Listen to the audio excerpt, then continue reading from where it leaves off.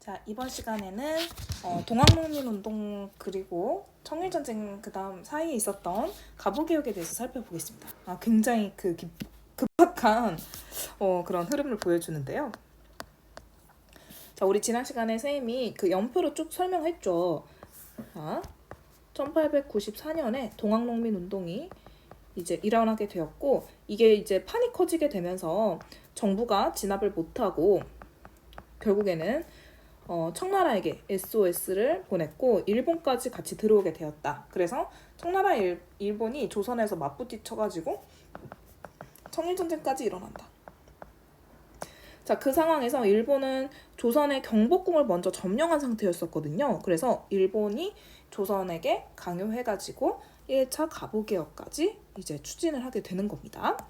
자, 그렇다면 한번 볼게요.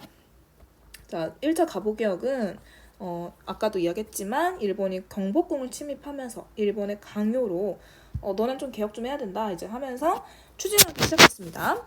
이제 그렇지만 나름대로 이 시기에는요 아직까지 청일전쟁이 막 시작될 때였기 때문에 일본이 조선에 적극적으로 간섭은 못하는 상황이었어요.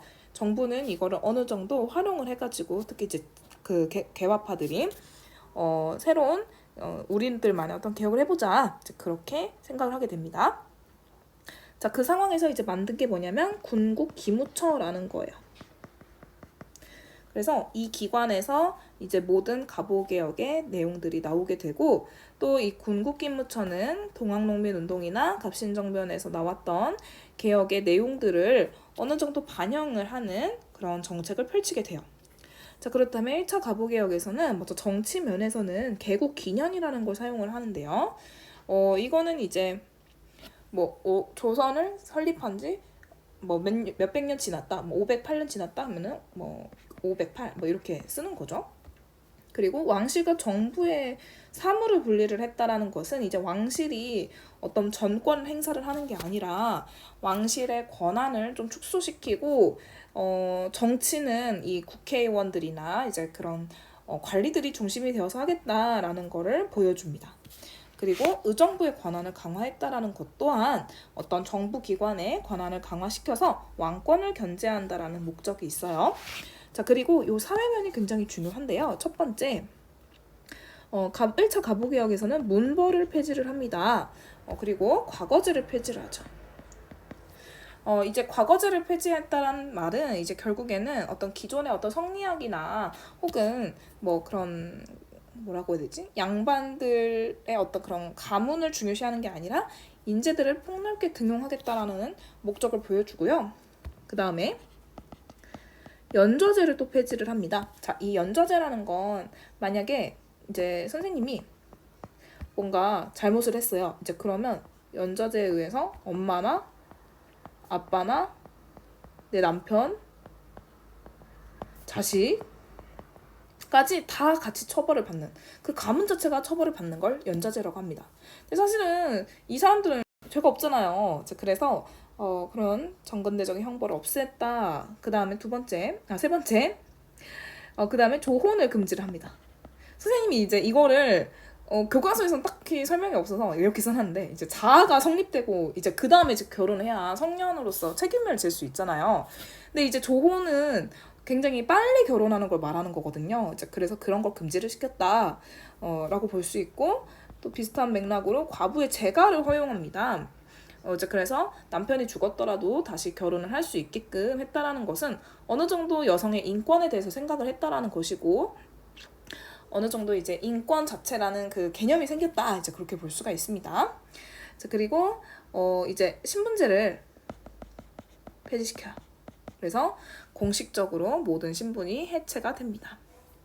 자, 그렇고 그다음에 경제면을 또 살펴보면은 국가의 재정을 일원화한다. 이거는 또 갑오개혁에서 나온 이야기입니다. 조세를 급납화시키자. 이제 돈으로 내자 세금을 쌀이 아니라 다 갑오개혁에서 나온 얘기고요. 이렇게 된다면 어떤 재정을 또 효율적으로 활용할 수 있고 좀 더 근대적인 그런 체제로 넘어갈 수 있겠죠. 쌀로 막 그렇게 이동하는 것보다는 돈을 이용하는 게 자본주의 체제를 받아들이기엔 더 좋겠죠. 자, 그 다음에 이제 2차 갑오개혁을 한번 볼게요. 자, 아까 선생님이도 이야기했지만 아까 이제 청일전쟁이 일어났잖아요. 그리고 1차 가보 바로 시작했고요. 근데 이제 청일전쟁에서 일본이 거의 이기고 있어. 거의 다 왔어. 자, 그런 상황에서 야 이제 조선한테 야 조선아 니네 빨리 또 개혁해야지 해서 2차 가보 개혁이 일어나게 된 겁니다. 자 그래가지고 2차 가보 개혁이 이제 일어나게 됐는데 먼저 군국기무처를 폐지시키고 박영효 내각을 설립을 했다라는 건 이 군국기무처가 아까 일본의 그런 간섭 없이 됐잖아요. 이제 그래서 폐지를 시킨 거고 일본이 좀 더 간섭을 하기 위해서 친일파인 박영효를 이제 내세우게 된 거고요. 그래서 박영효 내각이 설립이 된 거고 그리고 국정의 기본 강령인 홍범 14조를 발표합니다. 근데 이제 여러분들이 이런 얘기 할 수 있어요. 선생님 박영효 아까 그 갑신정변에서 나온 그 급진개혁파 아닙니까? 맞습니다. 그 사람인데요. 이제 갑신정변에서 실패하고 나서도 그렇지만은 원래 이 박영효는 일본의 메이지 유신과 그 근대 사상에 굉장히 공감했던 사람이에요. 그렇기 때문에 당연히 일본을 따르는 게 맞다고 생각했고요. 그래서 점점점 이제 친일로 가게 됩니다. 그렇고요. 자, 국정의 기본 개혁 강령이 홍범 14조에서는 청에 대한 의존적 관계를 청산을 한다라는 내용이 들어있는데 결국에 이 말이 무슨 뜻이냐? 곧 조선은 누구 거, 이제 일본 거라는 걸 말하기 위해서 청나라의 관계를 끊는 것이죠. 그리고 청일전쟁에서도 일본이 이겼으니까 거의 이런 얘기를 할 수 있는 거고요. 자, 그 다음에 정치 면에서는 이제 의정부를 내각으로 개편을 하면서 조금 더 이제 그런 일본스러운 그런 체제로 가게 되었고요. 그 다음에 제도는 8도에서 23부라는 지방행정 제도를 개편을 하게 됩니다. 그리고 재판소를 따로 설치를 해요. 이제 그러면서 사법권을 독립을 시키고요. 그 다음에 고종이 교육입국조서라는 걸 발표합니다. 그래서 여기서 이제 우리도 새로운 그런 근대적인 교육을 받아야 된다 이제 그런 걸 주장을 하게 되었고 그렇게 나온 게 이제 한성사범학교 그 다음에 소학교 이런 학교들이 새롭게 만들어져요. 그래서 이제 여기에서 나오는 개념이 이제 지덕체인데요. 그전에는 성리학만 강조했잖아요. 근데 이제 여러 가지 국어도 배우고 영어도 배우고 수학도 배우면서 뭐 윤리도 배우고 그리고 체육도 배우고 음악도 배우고 미술도 배우고 그래서 이 모든 그런 지덕체를 골고루 성장을 시키자라는 모토가 이때부터 나오게 됩니다. 그래서 사범학교는 이제 선생님을 양성하는 곳이잖아요. 교사 양성을 본격적으로 시작했다 그렇게 볼 수 있고 이 소학교는 오늘날로 치면 초등학교예요. 그래서 이제 국민들이 기본적으로 받아야 되는 교육을 시작을 했다라는 것에서도 의미가 있습니다. 자, 그런데 청일전쟁에서 결국에 일본이 이겨요. 세상에. 그래서 15노세키 조약이라는 걸 맺죠. 자, 여기서 뭘 달라고 했냐? 청이 랴오동 반도 달라고 했죠. 자, 그러니까 랴오동 반도를 갖게 되면 지금 일본이 대륙을 갖게 되는 건데 그러면 얘네가 나중에 러시아까지 쳐들어오는 거 아니야? 그래서 러시아가 삼국 간섭을 일으키게 되었고 프랑스, 독일 친구도 데리고 왔죠. 자, 그러니까 이 등치 큰 세 나라가 간섭을 했었니? 일본이 결국에는 알겠습니다. 받아들이게 되었고 이제 그렇게 되니까 명성황 고조는 러시아가 센가 보다. 러시아에게